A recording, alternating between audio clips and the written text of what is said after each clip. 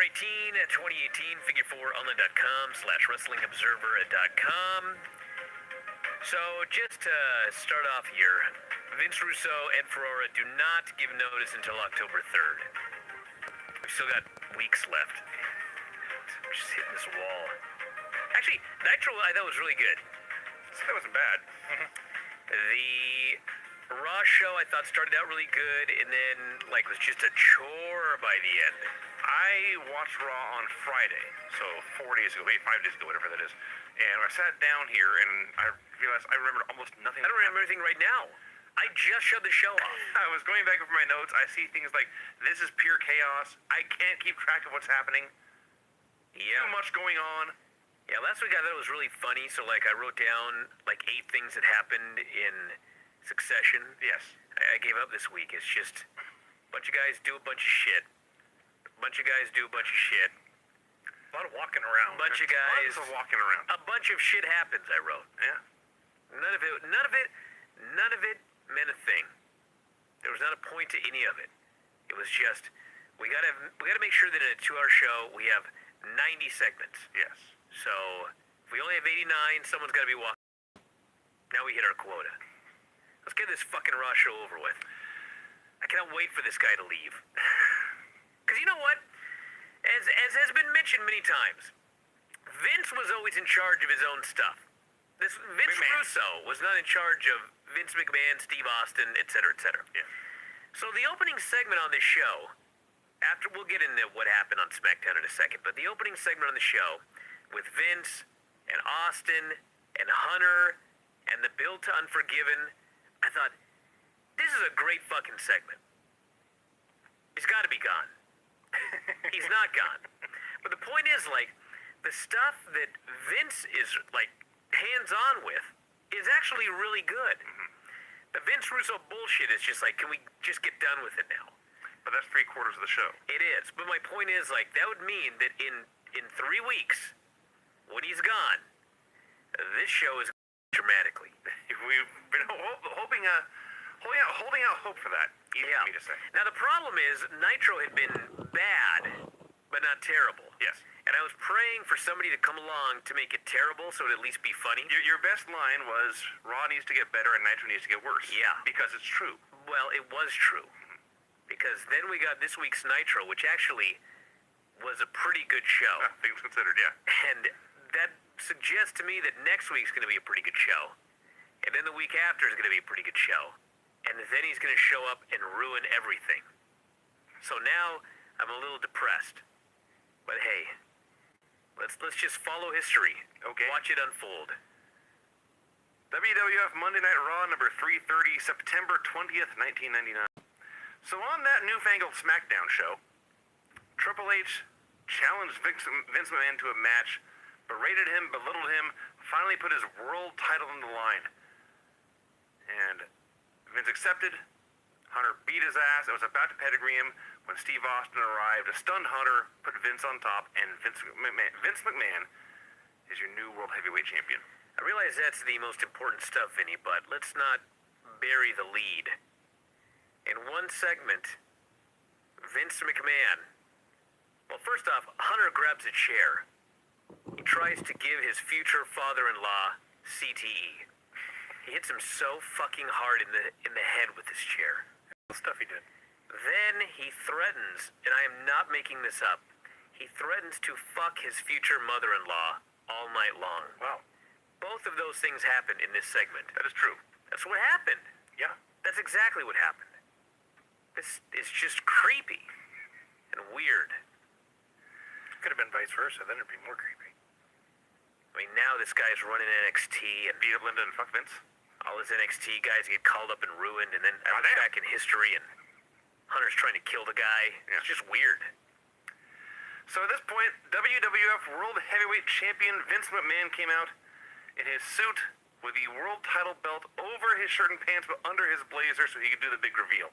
Yeah. That was great. His dream come true. It really was. Said this proved anything could happen in the WWF. But he noted his contract stipulated he was prohibited from taking part in day-to-day activities, so of course he could not be champion. He had no choice but to relinquish the title and make it vacant. said the winner of the six-pack challenge at the pay-per-view on Sunday. Yes, there's a pay-per-view Sunday. Yeah. And there's a six-pack challenge on it. Winner of that match will now be the new world champion. Out comes Steve Austin. Says, I always hated you, but I gotta admit this place had not been the same without him. Says, you're stepping out of this six-pack challenge. I want in. And Vince repeated himself. I can't handle day-to-day operations. I can't do that. So by the way, just to clear this up for everybody, because I was confused until it was later explained. There's a six-pack challenge. With 5 guys. No, there were 6. One of them was the champion. Oh, okay. So Hunter was in the six-pack challenge. But then when Vince beat him for the title, I guess Vince replaced him in the six-pack challenge. Mm-hmm. And now that Vince is relinquishing the title, it is a six-pack challenge with 5 men. Okay. That's what's going And on. Vince can't be in it. Yes. So there's an open spot. Yes. So, Hunter says, put me in the match or someone in your family is leaving on a stretcher. Shane comes out and says, Hunter will never hurt a McMahon again. Wrong. Yeah. Shane books himself and Vince versus Hunter in China. Vince is scarred by this announcement. Austin tells him to grow a pair and take his company back. So Vince, for like the third time, in great detail, repeats himself, says, look, you beat The Undertaker. Based on the contract you and I both agreed to, I can't run the company anymore. So Austin says, if you and your dumbass lawyers had read this contract, you would see in the fine print, I can state you at any point, and I will reinstate you if you put me in the match. So Vince says, you got a deal. And that's it. Vince is back in charge now. This is all very convenient. Isn't it, though? Yeah. Hey, at least they explain why he came back. I still don't know why the Mean Street Posse came back after they lost a Loser Leaves Town match. And that's also true. At least they could have said that was in another town. Something. Okay. You know what I mean? They're part from Bismarck. Exactly. The Raw was in Bismarck. They lost. They had to leave Bismarck. And now they they're come in back. San Jose. Yeah, yeah. So Vince did not. Vince put Hunter in the six-pack match because he wants 5 guys to beat Hunter's ass. Says Austin will face the winner of that match, so Austin's happy about that. And he also made Austin the special enforcer in Unforgiven.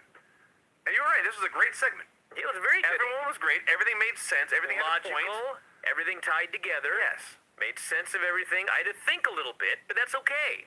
The only thing I didn't like is they probably said it somewhere along the lines here, but I was so busy writing other stuff down. It wasn't until the end of the show I realized who all 6 guys in this match were. A simple graphic would have helped. Yeah. The Rock arrived at the building. I loved this segment. I loved it. I will cut to the chase. No, hold on. Okay. I don't want to cut to the chase. Okay, drag it up. I love this segment because nowadays in WWE, everybody has to always do the same thing all the time. Yes. Every Elias segment is exactly the fucking same, okay?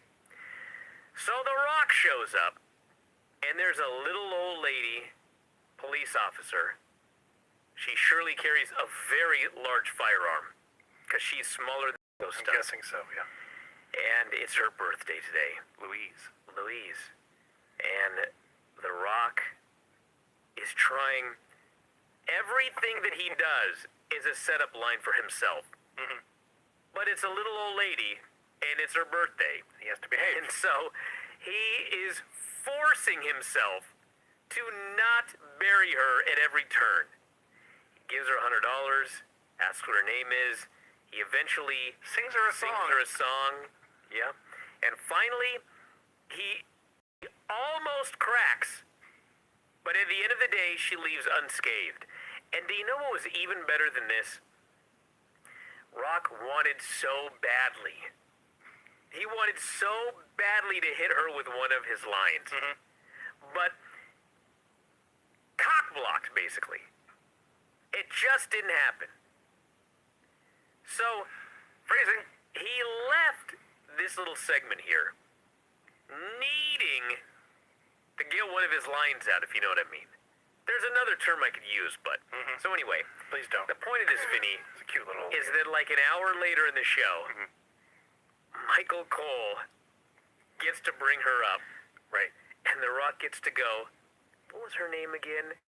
And this fucking idiot Michael Cole begins to say her name, and Rock does the loudest, it doesn't matter what her name is, you've ever seen to poor Michael Cole. This spot was built up for an hour. It was fine. And the punchline was Michael Cole. Yeah. This was the greatest Rock moment in his career. Things never change. I loved it. This was the first time The Rock was ever nice to anyone. Yep. So Mankind's in the boiler room. This is where I just wrote a bunch of people do shit. Sometimes twice. This show went off the rails here to not recover, I think, until the very end. Nope. So Undertaker and his crew are in the hallway. He sends Viscera and Midian and his ridiculous new gear. He's got a vinyl onesie Yeah. with a deranged Mike Wazowski on the front of it. I don't know what that is. Monsters Inc. Oh, right, yeah. Yeah. Okay. It's ridiculous. I just thought he looked like Giant Leaf Cassidy. And I can't think of anything sadder than trying to imitate Al Snow. So they go in to fight Al in the boiler room. He beats them up, but then they eventually overwhelm him, drag him out. Big Show grabs him. They go to break. During the break, The Rock makes a save. Yeehaw. A Jericho Shamrock video package. The refs are on strike outside. Chris Jericho versus Mr. Ass. Oh, God. It took a long time to get to this match. Mr. Ass comes out. His music's playing. Camera's on him. All the whole world's looking at him. He chooses this moment to bend over and stroke his taint. I'm not making this up. No, he reached down between his He legs. gave himself a reach around, basically. Or reach under. Reach under, yeah. And through. More accurate. Yeah. So Tom Pritchard... All I know was Chris Jericho trying to run the ropes in this giant ring. He's trying so hard. I was not scoping out Billy's taint. How could you not? It was right there. I was just watching the wrestling. It's in HD, for God's sake. No, it's not. It's standard It's not. definition. He gave a penthouse-style pose. Can we move on here? No, I'm scarred. Poor Jericho's used to these 18-foot rings. Now he's in a 20-foot ring. There's an extra 2 feet he's got to run. And he's in there with Billy Gunn, who's bigger than anyone he's ever wrestled before, probably. He's trying so hard to make it across that ring. So Billy's making his comeback. Mr. Hughes yanks him outside. DDTs him on the cement. Yep. So I'm going to assume Billy Gunn is not seen for the rest of 1999. No, of course not. I'm sure he was on SmackDown. Jericho put him in the walls for the win. Yeah, so Jericho's first match on Raw, he wins, but it was actually Mr. Hughes that did all the work. Yeah, the right. big guy. They finally named his Walls of Jericho as well. That's right. This was the first week they called it the Walls of Jericho. Michael Cole is interviewing Mankind backstage. Mankind challenges Taker and Show to a tag title match tonight. And at this point, The Rock arrived. Was it you, Vinny, that was telling the story about the Walls of Jericho, how he did the Lion Tamer in WWE, but then in WWF he found the guys didn't bend like that? I think you said that. I think I heard him just say that he realized he could do it like a normal Boston Crab and still get the same reaction. I see. My point was, no shit Billy didn't bend like that. Right. Maybe if he'd worked with some more flexible guys for a few months, he'd still be doing that Lion Tamer today. It could be. I'm in there with this big, giant, square guy. So The Rock shows up, and he does every Rock promo you've ever seen, and it was just as great as all the other ones. It's most famous because this is where he talked trash in his sleep. But it's The Rock, and he does the same thing every week, and it's awesome every week, and it's amazing. It's followed by an Undertaker and Big Show promo, in which The Undertaker, for the second week in a row, quotes Pulp Fiction, and then accuses The Rock of having others write his material. Yeah. Hypocrite. Well, the difference is he quoted Pulp Fiction, and Rock has comedy writers doing his material. Undertaker is Quentin Tarantino. Well, it's okay to copy, like, cool shit. But some comedy guy writing your promos, I see. It's disgraceful. So they accepted the tag title match, but said it would be Dark Side Rules. Yeah. He had a surprise for them. Ivory comes out for a promo. Says Houston is full of animal piss and rats and cockroaches. She knows she runs an animal house. I hadn't thought of that. Yeah. A fraternity? Not like that, you idiot. I would go back to school if Ivory was running a fraternity. Absolutely. I mean, it's not an animal house. It's Yeah. like a animal clinic. Shelter. Shelter, yeah. Sanctuary, if you will. Not a sanctuary. It's a shelter. So she accepts Luna's challenge for a title match in Unforgiven, and then challenges a fan to fight. Oh, my God. So dumb. Yeah. They're in legitimately a 12,000-seat building that's sold out. There's like 11,968 people in there, something like that. Right. Ivory gets in the ring, she looks around, she immediately says, "Hey, I want you in the ring." 12,000 people. And she goes, "I want you." And that's the one that just happens to be Luna. What are the odds? Well, 0. 1 in 11,968 or whatever. She should be playing the lottery. Back row. Narrow it down to a couple hundred. So I said the back row. I'm saying she's not going to point to someone in the back row having come down Hey, could have. sections. If you wanted to rib somebody. The viewer. Yeah. Like if you're going to fight somebody, Vinny, out of the crowd, you should choose I'm not someone picking Luna. way the hell up there. So they got to come all the way down the stairs. You can have time to get to your car. Yep, weave through people, slap hands. By the time they jump the rail, they're all blown up. Then you beat them. You don't grab somebody out of the front row. Onto this. Well, it's just common sense, Vinny. Let's see. He's a small wrestler. Common sense. Anyway, Luna beat Ivory with a DDT in 30 seconds. Jiu-jitsu. I can't wait to see them fight again at the pay-per-view now. You wear them out, then you beat them. Cole interviewed D'Lo. So D'Lo is burying Mark Henry. And if you just listen to him, it's just a standard one wrestler burying another promo. But if you watch him, especially the look at his body and his eyes, he is going to get jumped from behind, and he knows it. Yep. And sure enough, And he doesn't trust the guy? No. Why should he? Mark Henry clobbers him, beats him with a bunch of furniture, and leaves. Vince and Shane were preparing for their match. D'Lo got into a car and left. Shane is so excited. Oh, God, he's like, Dad, hey, Dad, hey, Dad. Remember the Little dog? It'll be okay. Little dog with the bigger dog? That too. Hey, Spike, want to go get us a cat? I was thinking my best. Yeah. Hunter and Sean doing Vince and Shane. And Sean with Shane. Oh, yeah. Boss. Red Rooster interviewed Test and Stephanie.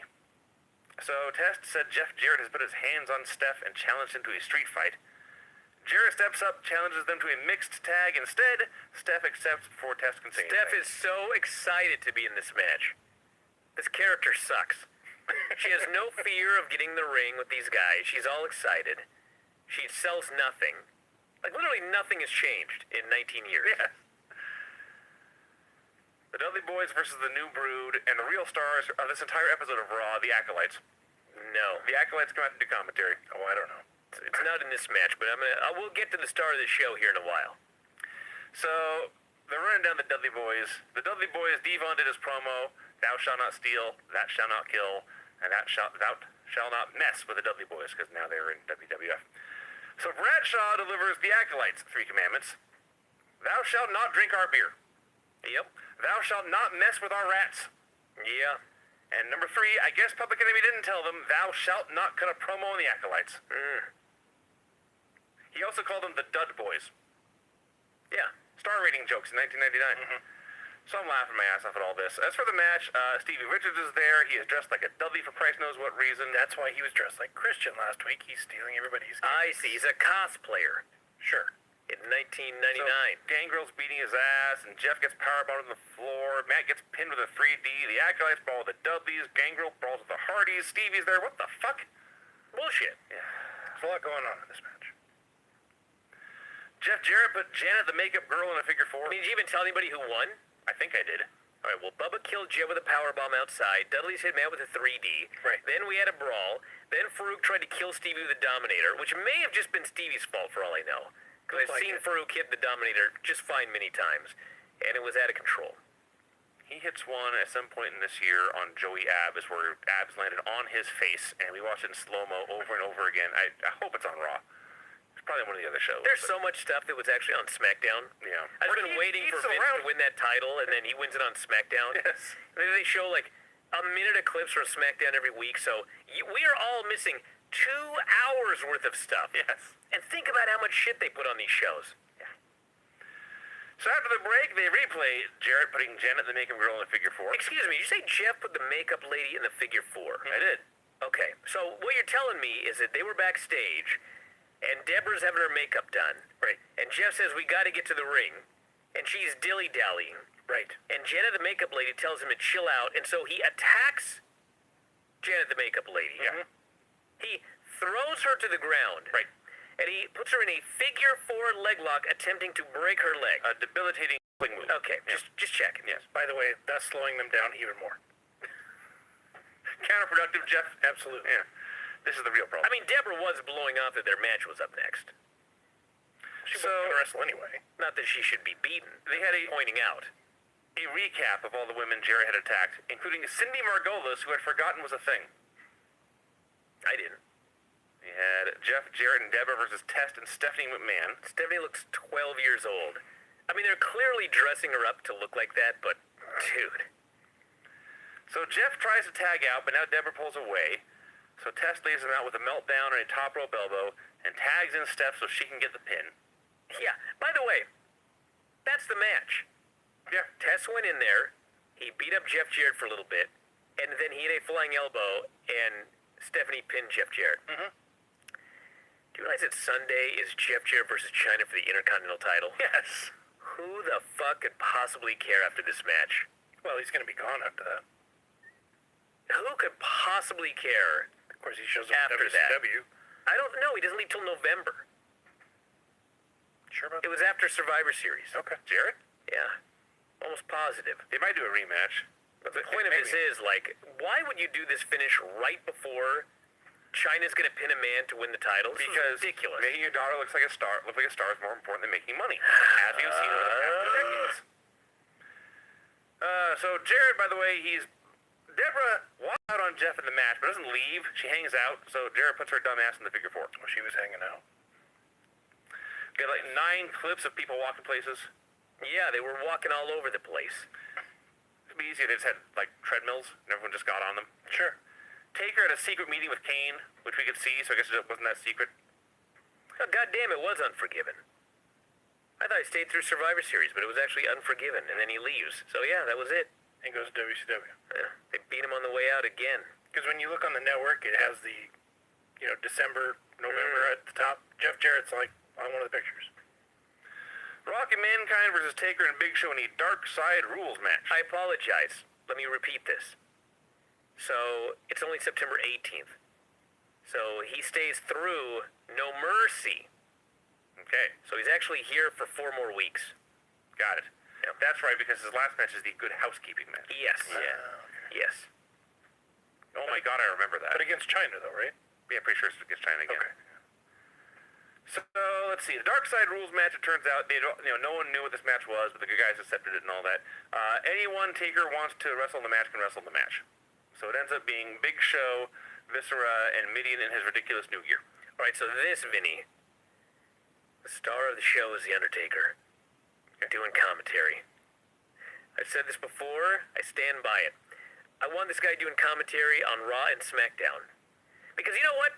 I don't even give a shit if it's a 3-person booth. Who is going to talk over The Undertaker? That's true. Who's going to make fun of The Undertaker? Yeah. Who's going to, call him an idiot, make him look stupid? He's going to run the fucking show. And he's totally in whatever his character is now. I don't even know what it is. I guess he's still kind of a dead man. Sort of dead. He likes the dark side, but he's also halfway biker taker. He likes the dark side. He has a sense of humor now. He's like a resurrected dead guy now. He's living now. Okay, so he's doing Shaun of commentary. the Dead instead of Day of the Dead. He's doing commentary, and he's totally in character. Good geek reference. Man. So first, Undertaker explains the dark side rules are that everybody who believes in the dark side is in this match. I'm like, well, why aren't you in the fucking match then? Right? Ozzy comes up. That doesn't even make sense. So they do this match, they're beating each other up. Another question, by the way. Why does Viscera wrestle in a giant patent leather trench I coat? have no idea. Why did he take that shit It off? must be 150 degrees in He's there. gotta be hot. What, he's too fat to wear a That's singlet? why he ended up being naked Mideon. Dude, we're talking about Viscera! Oh, my bad. I'm sorry. So, Kane comes out, and Undertaker's all excited because clearly he's a surprise. And Kane hits a diving headbutt on the Big Show, and Undertaker on commentary goes, huh. That's the commentary. Yeah, he was mad. He just goes, huh. Just grunts. Kane then goes after Show. Undertaker starts saying the following words. That's it. He's gonna pay. Rock goes for the rock bottom on Mideon. No, says the Undertaker. Rock hits the people's elbow. Someone's gonna pay for this. It's every cartoon, bad guy, goofy line. All delivered by the Undertaker. In character. Yes. It's fucking amazing. If I had time, I would have watched this whole fucking thing over again. Just to listen to all of the hilarious lines that this guy spout out. He was so great. So eventually, Rock pins Mideon with a people's elbow to win the tag team titles. And by the way, when Rock hits the rock bottom on Mideon, Undertaker has plenty of time to fucking hit the ring. Yeah. Because now The Rock has to go for the people's elbow. This is not done quickly. He stands over the guy. He kicks his damn arm out of the way. He goes like this with his arms. He hits the one ropes. He hits the other ropes. He stands over and does a flourish. He drops a fucking elbow. Okay? Undertaker does not hit the ring. When Rock hits the rock bottom, Undertaker's response is, "Better get off your back, boy." That's what he said. Did not get off his back. No. He was pinned. Yeah. Now Undertaker is furious. Someone is going to pay for this. So as far as the actual wrestling match, it was a complete mess from bell to bell, but my God, did it make the people happy. Just an unreal ovation. Red Rooster interviewed Mariana. I was so furious during this segment. Well, you should have been for many reasons. Mariana is got her face all made up. Mariana had lipstick on her face, which they claimed was a bruise. Sure, yeah. Has no one in this company ever bruised themselves, stubbed their toe? Do you know what a bruise looks like? Probably not in the office. The point of this is, she's allegedly been beaten up. Yeah. Recently. And by the way, why do they make her do this? She can't believably do it. She doesn't believe it. Thus, we can't believe it. It's just so stupid. So anyway, Yeah. Chaz shows up. "What's going on?" he says. They're teasing that he beat her up. A bunch of cops show up. They arrest Chaz. In his boxer shorts. Now, am I fucking mistaken? Or did Jeff Jarrett attack the goddamn fucking makeup lady, throw her ass onto the cement, and put her in a leg-breaking hold on fucking camera? Did that not happen? That happened. It did. Okay. It did. Did he also not beat up Deborah on national television and try to break her leg? Also. Yes. Okay. Yes. So now we've got a he said, she said. We have no evidence that Chaz did anything wrong. Nothing's been videotaped. Nothing's been shown on the USA Network. It's a girl with what appears to be a very bad makeup job accusing a guy, claiming he's innocent, and there's zero evidence. And the whole police force of whatever town they're in shows up to arrest this guy. I need to do something different with my life. I hate professional wrestling. It's dumb, and it makes me feel stupid. Fuck this show. The tweet of the year right there. It makes me feel stupid. It's dumb and it makes me feel stupid. This coming after Hell in a Cell was just too much for me. Well, this next segment then. Steve Blackman versus Sean Stasiak. But first, Taker must send his men to find The Rock or Kane or whatever. But first, Val Venus must also come out because everything has to happen at once in this show. See, the only reason Val was out there is because there was no charisma in the ring. At all. Hey, did you know that Raw doubled Nitro in every segment? What? Including this one? So Val comes out. He's got Steve Blackman's bag of weapons. And every 30 seconds, the announcers must mention, hey, there's some buzzing in there. Like they didn't mention it 30 seconds ago. Like they forgot and noticed again. Like your phone when we do this show. Kinda. Yeah. So eventually, in the middle of a match, Blackman goes to get his bag of weapons back. He opens the bag. He pulls out what I guess is supposed to be a vibrator. Sure. That's what they said. He is... That's what Lawler said. Well, he would know. Of all the people that... Well, Val. At least in his gimmick. Blackman's not surprised or confused. He's horrified. Well, you don't know what that's been. That's a fair point. I hadn't thought of that. So, Sean has his schoolboy, Harvey Whippleman, fast counts him. Why? I don't know. And that's the end. Taker is backstage. Vince and Shane are backstage. Taker comes out and calls out Kane. Kane comes out, but everyone swarms him and jumps him. They douse him with gasoline. They prepare to light him on fire and murder him. But Mankind and Rock make the save with baseball bats. It's very nice of them to make the save for Kane. I don't even know anymore. Earlier today, Al Snow gave Pepper a burial outside the cemetery. And apparently Bossman got word of this, traveled to wherever the cemetery was, and pissed on the grave. Yeah. What were you saying about this being stupid? Hey. You feel dumb? Hey, at least there's logic in this one. Boss man's rubbing in the guy's face. He ate his dog, now he's gonna piss on the dog's grave. Boss man comes out for a promo. Holly's interrupt. Oh my god.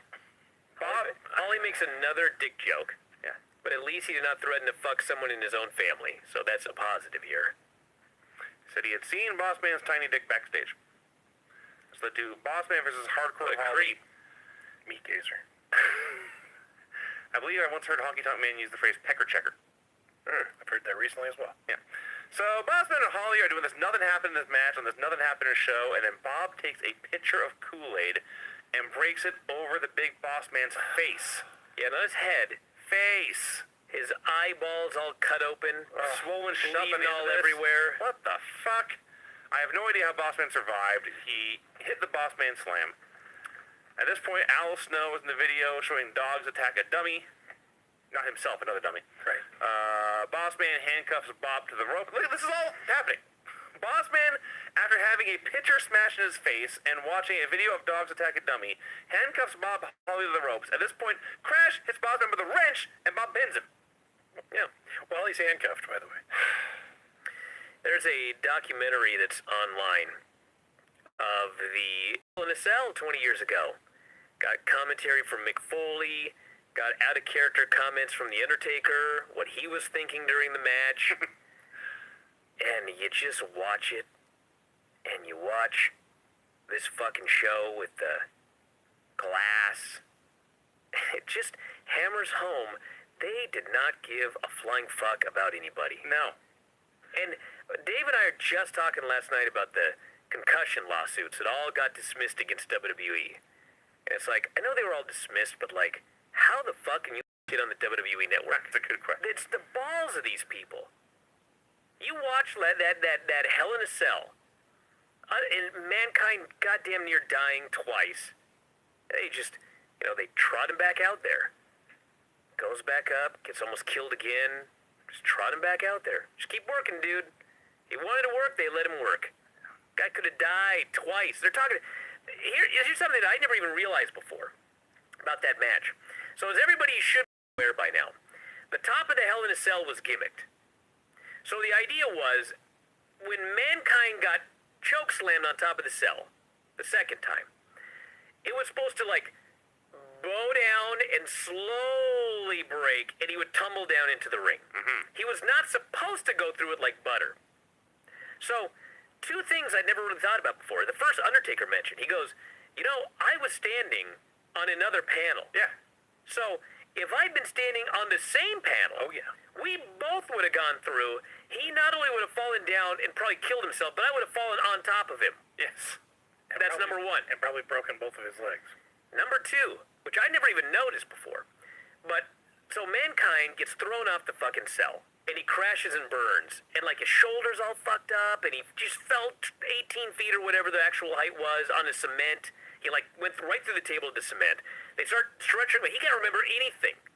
At the end of the show, when the match is over, he has to ask the referee, have I gone out on a stretcher yet tonight? The ref has to tell him, yeah, you did. That's why you walked out. He goes, I cannot go out on a stretcher twice in one night. So anyway, this guy's half dead. He's fat, right? Yes. So he already had to climb this cage once. Mm-hmm. He got thrown off. He's fucking exhausted. So by the time he gets up on top of that cell the second time with a bad shoulder, he's completely spent. Okay? So the Undertaker goes to give him that choke slam. He's so damn tired he can barely jump. So if you watch it, he gets a foot off the ground and then crashes and goes right through that goddamn thing. So he mentions, if I hadn't been so tired, I'd have gone up. You watch every Undertaker chokeslam he's ever given me, I go up for him. But I was so tired I couldn't go up. He goes, if I would have gone up for him and gone through that thing, because of the way that you go up, he would have rotated such that when he went through the top, he'd have landed right on top of his head. Yeah. He would have just kept rotating. If you watch it, he can't really go up, and so he kind of gets chokeslammed sort of on his ass, and it's so far down that he continues rotating and lands high on his shoulders. So, he should have died in this Hell in a Cell match. But luckily, he didn't. And what happened when he landed in there? Just kept going. Tooth gets shoved out of his mouth, through his lip into his nose. Just keep wrestling. He's gonna go. Jim Ross on commentary notes, everything that I said was like real. Yeah. Like when he got thrown off the first time and I screamed, "Oh my God, they killed him." He thought he was dead. Yeah. And then when he gets chokeslammed through the second time and Jim Ross screamed, "Just end this match already." Yeah. He wanted him to end the match. And they just trotted his ass out there. Royal Rumble, they hit him 12 times with a fucking chair. Boss Man gets a fucking glass pitcher broken over his fucking face. They didn't give a shit about anybody. No. And then, of course, Foley at the end goes, Vince McMahon afterwards said, "I appreciate everything that you've done for this company. I never want to see something like this again." I'm like, really, motherfucker? Like, I've been watching the fucking Monday Night Wars. Give me a break. Let's not forget that after falling off the cell twice against The Undertaker, Mankind later did a run-in the main event. Yeah, then on Raw the next night, he's just backstage, just doing a segment. Yeah. Anyway, let's see, Mark Henry at the strip club. D'Lo attacks Mark Henry at the strip club. Jeff Jarrett tries to kill China with Hunter right there. Vince is doing push-ups, and then it's Triple H and China versus Vince and Shane. But Shane is putting a forklift to block the door to Vince's office, so Test comes out instead. Was it Shane? I assume? Because Test is right there. They were ready to go. Sure, we didn't really. I guess we don't know. I assume it was Shane. It does beg the question, why would you book the match in the first place? Because Vince didn't want to do it at first. Well, I think, based on the end of the show, that we're supposed to believe that Hunter, because when Vince came out with the chair, he went after Hunter. That's true. So why Shane had a backup so quickly, I don't know. I don't know.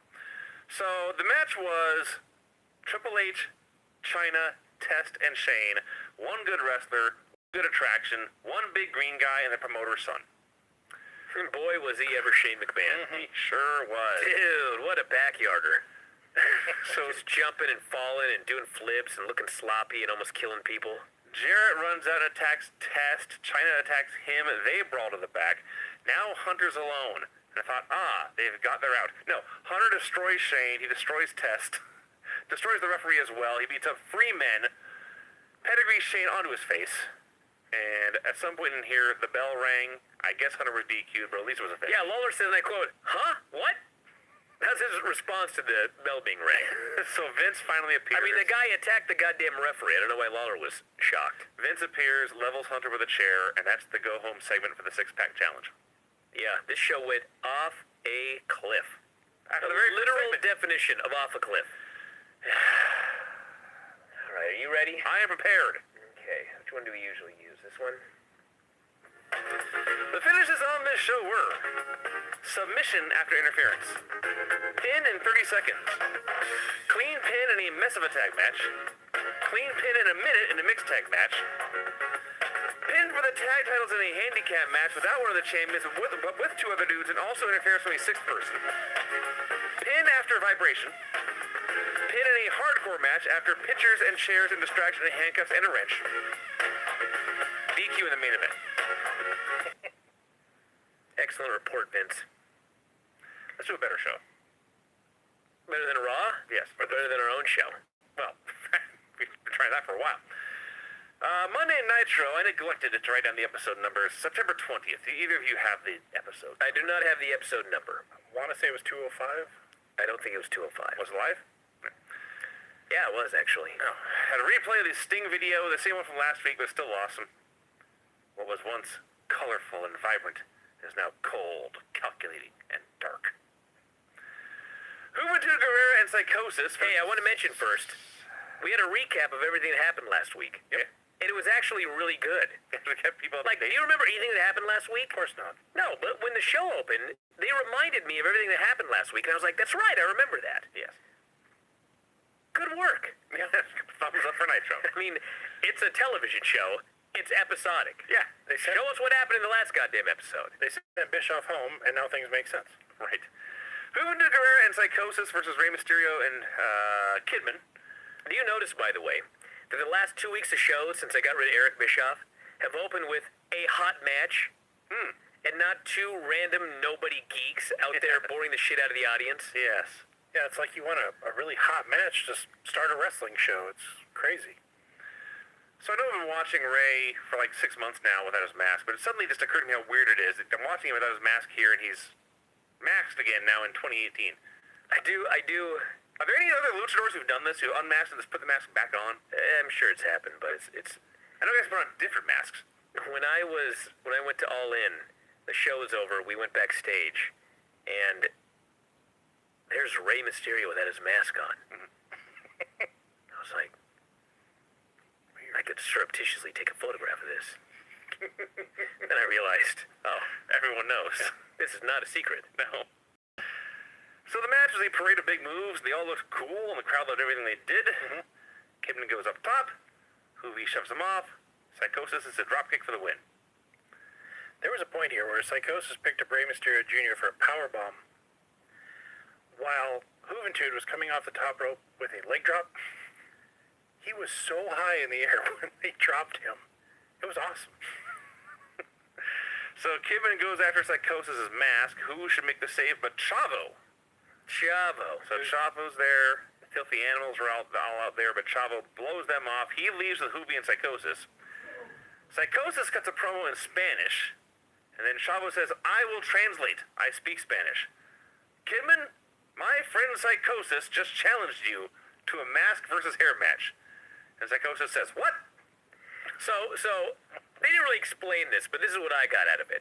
Because I like writing my own storylines when they don't explain it. Your fantasy book actual segments? Yeah, so what happened was Kidman went after Psychosis' mask, okay? So outside, Psychosis is screaming at Kidman about going after his mask. Chavo is a gringo. He knows very little. He knows as much Spanish as you. Sure. Okay? He heard mascara, and so he said, I'll translate, thinking that a challenge had been made. Okay. But he doesn't speak Spanish, so he's just making shit up. And so he issues a challenge for mask versus hair for next week, Right. which catches Psychosis completely off guard. He doesn't speak English, but he knows mask and hair. Yes, and now it is official. Well, and by the way, Psychosis had lost his mask in Tijuana like a week or two earlier. Gotcha. Okay. So that's why they did this here, not at the pay-per-view. Also, Chavo must be working out with Eddie because he's put on about 10 to 15 pounds. Gotten bigger. Chavo was also telling Psychosis, trust me, over and over again, like he had some plan. Well, spoiler. You know what's funny is when they were announcing this, I had totally forgotten that they unmasked Psychosis. I had too. Yeah. That's how completely irrelevant this unmasking is. Yeah. Recap of Sid and Goldberg going back and forth from last week, and then we had Brian Knobbs versus Goldberg. This segment was awesome. Love this. First of all, it was. I love Brian Knobbs and Jimmy Hart cutting cheap heat promos just to make sure Goldberg gets cheered. Not only that, but I loved when he used the line that the Bengals got squashed in this town. Yes. Wrestling terminology. Yes. So I bet if you go, he goes to Devil Ray games. I bet he talks about squashes all the time. So Goldberg comes out. Knob starts hitting him in the head with a chair repeatedly. Not a DQ. They get in the ring. Goldberg whips him into the ropes as hard as he possibly can. He's never speared anyone half as hard as he whipped Knobbs into the ropes here. He couldn't keep up being thrown across the ring. He almost tripped. So That's what makes Goldberg great. it is. The megaphone gets used, also not a DQ. And finally, Goldberg just shrugs off everything, spear, jackhammer, pin. Almost lost him on the jackhammer, but saved it because he's a beast. Because he's Goldberg. So, massive success. Everyone's cheering their brains out and going crazy. And it's time for Goldberg to cut a promo. And he takes a brief second to catch his breath. He's just starting to glisten with sweat, breathing just a little bit harder than usual, but he is William the Perfect Gentleman. Talking to Sid here. Says, Well, it's good to have two gentlemen facing off. it is actually. Mr. Goldberg and Mr. Sid. I'm just watching this promo, and all I can think is, why is this man not world champion right now? I mean, he screwed up and took the title off him. Fine. You don't have to keep the title off him all the time. Why is he not in the main event right as Well, there's a new regime right now. I guess. And I'm sure that in their minds it was, well, we're going to get this belt back on this guy. I suppose. I hope. I give them a little credit. So Goldberg says, Sid, I'm going to give you 5 weeks. And everybody boos. Yeah. Now, wait a minute. If Sid had come out and said I needed 5 weeks, that would make sense. Why is Goldberg waiting more than a month It's not he wants to get in shape. I see. I'll explain it later. Well, this is Halloween Havoc, so that's the challenge he wants. He wants Goldberg, or he wants Sid at Halloween Havoc. And a recap of Benoit beating Malenko last week. I like all these recaps. Sure. It's good stuff. Nothing wrong with that. Remind me what happened on the last show. Don't expect everyone to take notes and have them open. And even if they do, expect them to remember. Yeah, sure. Mean Gene interviews Flair, so he's all crazy. Says, I'm ready to get beat up by Sting and Luger. Wants them later. Benoit interrupts.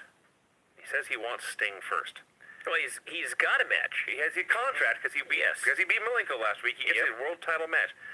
And he's got the contract with him, and he's making his point, he's speaking to the camera, and the promo's fine. There's nothing wrong with this promo, but Flair's in the ring, and I think Flair felt, I can make this better. And so he goes into crazy Flair mode. I want Sting out here right now. Sting, Sting, Sting. He's ignoring Benoit. Yeah. So Benoit, at 35 minutes and 5 seconds into the show, I'm telling you that so you can all go watch this.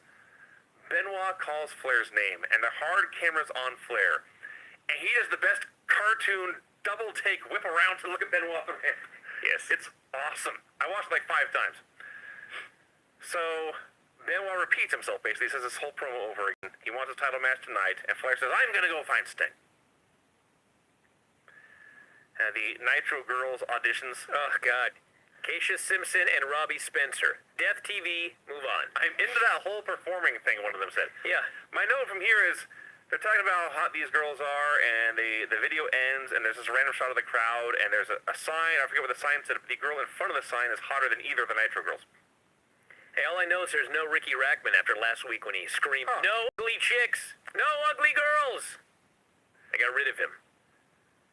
Chris Benoit versus Sting. This is a great match. It's a hell of a match. You know, the funny thing about it, Sting was the babyface until the very end. Well, No, you're right. how many times in his career at this point had Sting actually been a heel? It had been at least a decade. He was trying Like really hard. UWF was the last time. He was really trying hard, but he was out of his element. He had not been a heel since before the first Starrcade. Yes. The bad thing was, not the first Starrcade. His first Starrcade. Yeah. The bad thing was the crowd First pay-per-view. Sorry. still sees him as a baby. Yeah, they're still cheering for everything. Benoit keeps bailing, and Sting stays in the ring and howls. Everyone cheers. Eventually, Sting hits him in the balls for the heat. Uses a gourd buster, which I don't remember him ever using before. He finally misses the top rope splash and the stinger splash, and Benoit does his comeback. The ref gets bumped, and Chris Benoit hits the worst, and I can assume the only pile driver of his career. Oh, it was horrible. It sucked. It was bad, but it was mostly Sting just letting go and just hanging upside down in the air. It reminded me of, I once was watching a Bruiser Brody match, and Brody was a madman, and not everyone who worked with him knew if they could trust him. And at one point, he went to do a pile driver, and the guy did not trust Brody to print him. It did a full sit-up, so Brody ended up essentially doing a sit-up powerbomb onto his own legs. It's pretty much what Benoit did here with Sting.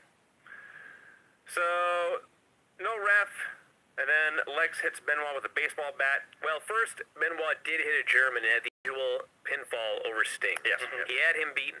And then in the German, Yes. Lex hits him right in the abs with a baseball bat. So Flair attacks Lex. Sting gets the pin. The ref comes back. Lex is in the corner with a baseball bat as the ref counts 3. Flair attacks Lex, DDP, and Sting. Who was the ref, by the way? Oh, Nick Patrick. Oh, yeah. Yeah, competent. So it was funny, they announced the trios match earlier. It's going to be Hogan, Flair, and Hart against Lex, DDP, and Sting. So here's the whole heel team beating up Flair, and Hogan makes a save by himself, chases them all away. And it was dumb, but it was a very good match and a very fun segment. And just as they're about to go away, Tony Schiavone's talking about the baseball bat hit to Benoit's abdomen. And he says, that could break a spleen. He's probably right. His ribs could give out. Ribs could give out. By the way, Flair took a diamond cutter from DDP. Yeah, he did. And he did not bump flat on his stomach, nor did he bump on top of his head. He did a full flip, taking the diamond cutter. I always love, Flair has a certain kind of match, and every now and then he gets pulled out of his match, and some weird spot happens with him. Like, if you remember in Club Lavella when Rey Mysterio gave him a top rope Hurricane Rana? Yeah, right. Watching Ric Flair take a thinking of the bump for Rey that is match. Yeah. fucking hilarious. He does a flip, lands flat on his back like a dead man. That's how he sold it. Yeah. Here, he's taking a diamond cutter, and he takes a flip. The fuck takes a flip for a diamond cutter? He made it work. It looked like he was dead. Yes. I love Ric Flair. Scott Armstrong versus Berlin. Not bad, but impossible to care. Way too long. All I can think is, dude, it's the Road Dogg's brother's other brother. Just pin him. Went forever. Wall. The best part of the match was actually the wall. Armstrong's like hanging on the ropes. That's a wrestler, everybody. The wall. The wall. Yeah. In case you haven't been paying attention. The Armstrong's hanging on the ropes. Berlin takes the ref, and the wall cocks his fist. And he takes a step closer, and a step closer, and a step closer, and he's almost in punching range. And then the ref catches him. And he looks at the ref. And he puts his fist down and he steps back. So like 10 more minutes go by. Armstrong's on the ropes again. Berlin takes the ref again. This time Wall just punches him. And Berlin hits his neck breaker and wins. And then the Road Dogg's other brother's brother makes the save. Brad Armstrong with no mullet. Yeah. Oh, man, that was the one thing he had going for him. Now he's Wow. just a fella. The Deadpool had a meeting. Shaggy 2 Dope has a Cruiserweight Championship match tonight. Yeah, he Yes. does. They were giving a pep talk and advice. And Violent J says, there should be me in there. And Vampiro just looks at him and says, you're not a Cruiserweight. And pats his belly. And pats his belly. All he did to say, you're too fat. And a recap of Flair's return last week. Mean Gene brought DDP out for a promo. I gotta say something about this. It was just a classic heel promo, like pushing all sorts of buttons. He broke out, you love me, you hate me, you'll never forget me. He says, nobody has done more for professional wrestling than DDP has. Hey. And at first I was like, this is just preposterous. But I really thought about it, and he has not done more for professional wrestling than, for example, Vince McMahon, okay?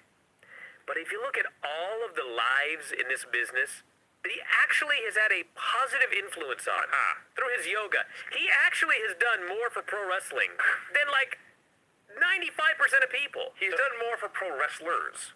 Sure, yeah. So he could cut this promo today, but not 19 years ago. Well, now it'd be almost a babyface promo. I just like where he talked about how Flair was old and should retire in 1999. Yeah. At this point, the announcers were running their mouths for a while, and suddenly something got edited out. Yeah, that was weird. It was weird. I can only imagine. He says, the diamond cutter is up here, and the figure 4 is down here. And the fans are furious at this line. I was like, God, I miss wrestling fans. Yes, Like actually. legit fans that love wrestling. Blitzkrieg versus Evan Courageous, with the winner getting a title shot against the winner championship match. And then it occurred to me, the top 4 cruiserweights in this company right now are Blitzkrieg, Evan Courageous, Lenny Lane, and Shaggy 2 Dope. Who the shit put this match together? I don't know. Probably Blitzkrieg, because it was nothing but spots. No, I'm talking made the match. Someone said, let's put Blitzkrieg and Evan Courageous in the ring together. I don't know. The blind leading the blind. It was actually better than I expected, but it was not good. bad. There was no transition in between high spots. Nothing. No, they did a bunch of flips. The crowd was chanting boring. They did a forward drop slap, which sounds like something Granny would call. Sure. That's what they called it, a forward drop slap. Well, and Bobby What the fuck is that? in Heenan's defense, as he pointed out, it's hard to call a match because you can't remember 800 moves. That's true. Fans chanted boring. Yeah. So Evan hits a corkscrew splash. Comes off the top rope, corkscrew splash. Sure. Makes the cover. Ref counts 1. The ref counts 2. Blitzkrieg's shoulder shoots up. Yep. And the ref shakes his head and counts 3. Yeah. I've seen enough. You're done. This is the finish. I'm counting 3. I just loved also the fans are so over this match that they're chanting boring. And then Sid finally comes out and they're mad at that as well. Yes. They just didn't want anything at this point. So Sid kills him, of course, adds to his streak. Killed Blitzkrieg with a powerbomb. Says he accepts Goldberg's challenge for Halloween Havoc, but between now and then we're going to play by my rules. He says, and this is clearly why Goldberg chose Halloween Havoc. Sid says, and I quote, at Halloween Havoc, the scariest night in the world, I'm going to give you what you think you want. Halloween is the scariest night in the world. Sure. Well, not Halloween. Halloween Havoc. No, Halloween Havoc is the scariest night in the world. Right. This is very, very bad grammar. True. But I loved it. How did he win worst on promos? Just mind-blowing. He says Goldberg, Not the scariest night of the year. No. Oh, in The scariest night in the world. Maybe he's talking about a medieval character. The fuck is he talking about? a knight with a K. Sure. Dude, does that mean we get I hadn't thought of armor? that. I hadn't thought of that. He's on a steed with a helmet. So he explains that between now and then, Goldberg cannot get within 10 feet of him, and he also adds Goldberg has to do whatever Sid says. Yeah. So are we gonna get like when Jimmy Garvin and Sunshine had to go to the Von Erichs ranch? Sure. A segment where Goldberg has to go clean Sid's place. I'd be down with that. That would be amazing television. Had a Revolution video. It's nice they're trying, but this group is it's death. No, it's death. They need to go somewhere else. Which is amazing, because you swap out Shane for Eddie, which, granted, is obviously a massive upgrade. Mm-hmm. But suddenly the Radicals are awesome. Perry Saturn versus Eddie Guerrero in what was more or less a lumberjack match with all the gangs out there. And the crowd is like, they're politely applauding, but they're not feeling this match. It was a good match, though. It was fun. Well, Eddie was awesome. Actually, Saturn was awesome as well. But they didn't really care about it. So Saturn goes after Conan. A big brawl breaks out on the floor. Shane hits Eddie with a chain. Saturn sees this, and he is pissed. But he eventually decides what the hell, makes the cover, wins anyway. Smart man. Mean Gene calls out Hogan. I will never get tired of hearing Hogan say, I'm going to train, say a prayer, and kick your ass. He said kick your ass 30 times in this promo. More than he said brother. And the more he said it, the happier it made him. He loves to say the word I'm ass. going to kick your ass. By the way, in that last match, Shane Douglas made it very clear. Saturn, we're not making friends. We're making money. Mm-hmm. So, by the way, please tell me that at some point in the past 20 years, there's been a train, say a prayer, and kick your ass t-shirt made. Hey, you should make one. Maybe I will. You Maybe should. Hulk will sue me. He ain't gonna sue you. How's he gonna sue you for that? I just said where I got the idea. 19 years ago. I'll see how it goes. He also said the six-man they've got coming up next week. Yes. Hogan, Brett, and Flair versus Luger, Sting, and DDT. I can barely even say this. With God on our side. Yeah, that's right. The championship committee signed this match. Yeah. With God The Lord. on our side. They signed this match for next week. Yeah. I couldn't even say it. It's fucking ridiculous. With God on our side, we're gonna kick their ass next week. Yeah. No wonder Sting is like, this guy's weird. It's a holy war. He got that line in 5 times in this promo. It's amazing. Shaggy 2 Dope versus Lenny. Another amazing match. For a variety of reasons. Tony Mamaluke hits the ring. He's a huge Lodi mark, but Lodi punches him. They're dragging him away. He's screaming Lodi's name and says, I've had it! So Lenny's wrestling Shaggy. His brother's coming.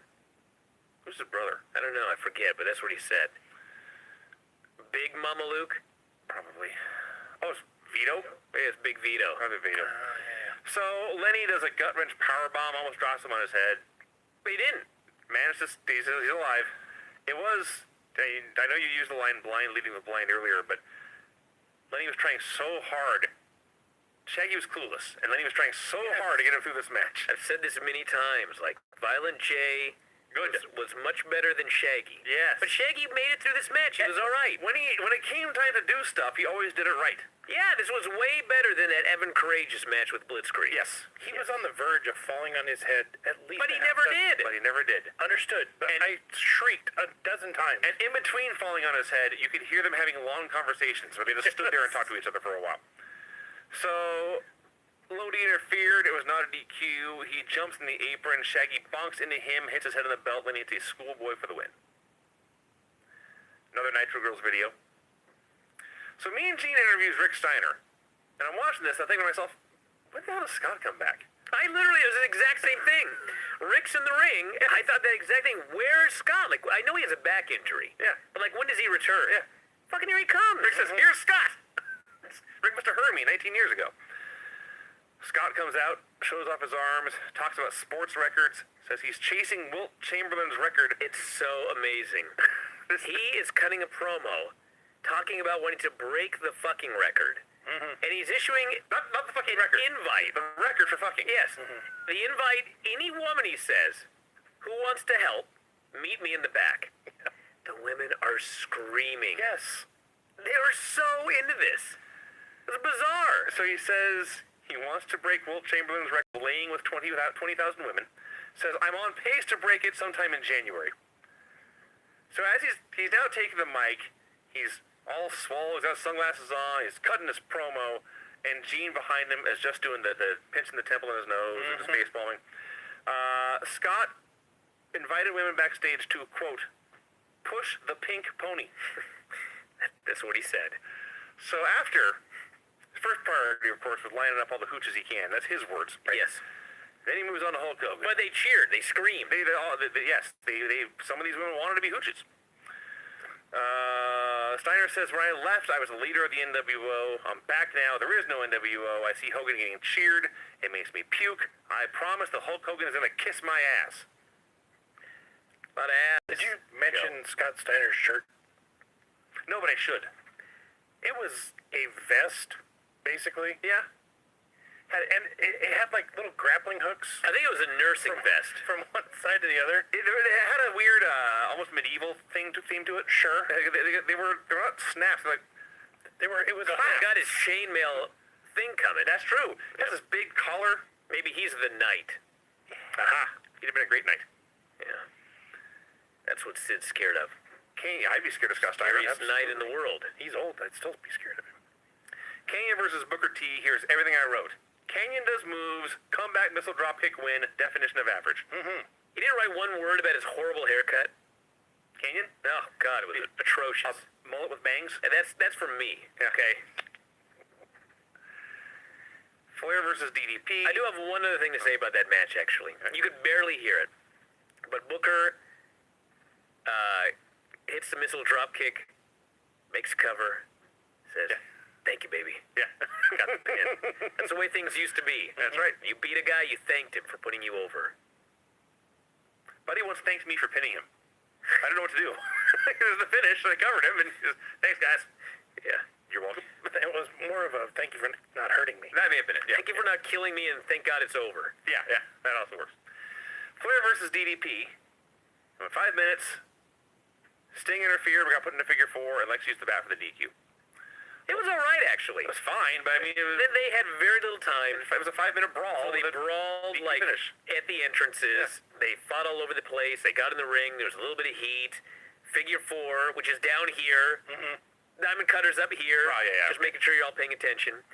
And then Luger ran in and whacked him with the bat for the DQ. And then Hulk ran in, and he got a bat to the leg. Yeah, they destroyed his leg with that bat. So there you go. It's Sting and Hogan again at Halloween Havoc. So this is the build for that. Yep. Well, are you ready, Vinny? I'm ready. Oh, yes, Rob. If I may, just to close the loop for the beginning of this segment and to give Vinny a proper introduction, this is the Finishers Report for Nitro episode number 209. Oh, 209. I will put that in my own notes. Thank you, Rob. You're very welcome. 09. Thank God Rob's here. All right, you One ready? professional person in the room. Pin after chain shot. Pin after accidental belt shot. Clean pin. DQ and main event. Excellent report, Vinny. Thank you, Brian. I got a big announcement to make here. Oh, Yeah, we broke the streak today. what do you mean? We beat Sid. No, I have a list of all of the shows that we do, and Oh God. yeah, it's bizarre. The last 3 shows that we did Oh, yeah. went exactly 1 hour and 11 minutes. Yeah. Went exactly 1 hour and 11 minutes. That's weird. What are we up to now? We're an hour and 4 minutes. So we'd really have to stall to get up to 111. Still. I don't care that much. Craig, how was work today? I thought it was weird when I was looking at it. An hour and 11 minutes, 3 straight shows in a row, perfectly and random. That is strange. It's weird. Yeah, Goofy. it's crazy. Nutty. Wacky. Give my thesaurus. I'm just going to read for 7 minutes. Kooky. I'm just kidding. All right, everybody, we're out of here. Check out the video Unusual. service, video.f4wonline.com. Check my Twitter for more.